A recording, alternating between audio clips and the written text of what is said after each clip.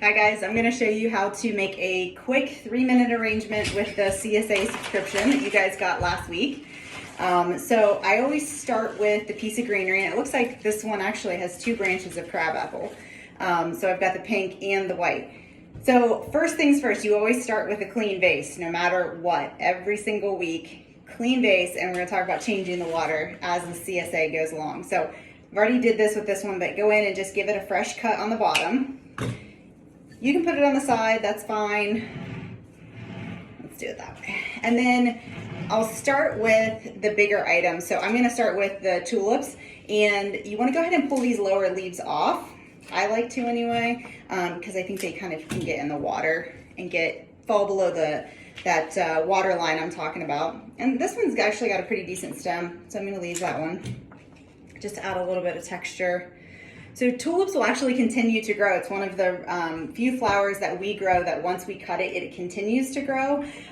So a tulip can grow anywhere from like 1 to 3 inches in a week's time after it's cut in the vase. And I'm sure you guys have probably already seen that this week. So you put it in, and then it just keeps on going and keeps stretching. Same with this. I'm gonna pull these leaves, these lower leaves off.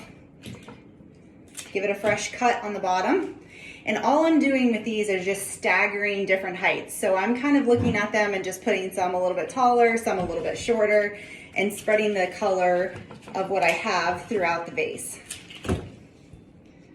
That's a pretty dark one. So now I've got the 3 on those, the 3 burgundy ones. You can't really tell there, but this one's taller. So I have all 3 of those at a different height.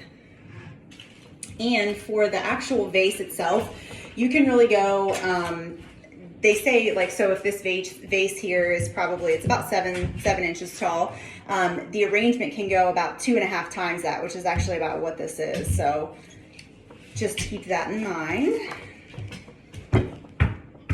Hadley's under my feet here playing ball.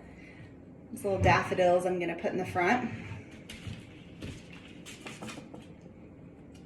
The anemone, I'm going to do this off to the sides. I'm going to, because it continues to grow just a little bit. This little collar here does. So as the flower continues to open, the collar, which is, actually I'm going to show you here. So this is what we call the collar, will continue to stretch. So we harvest it when it's really small, but as the flower continues to open, that space between this foliage and the top of the base of the flower will continue to go.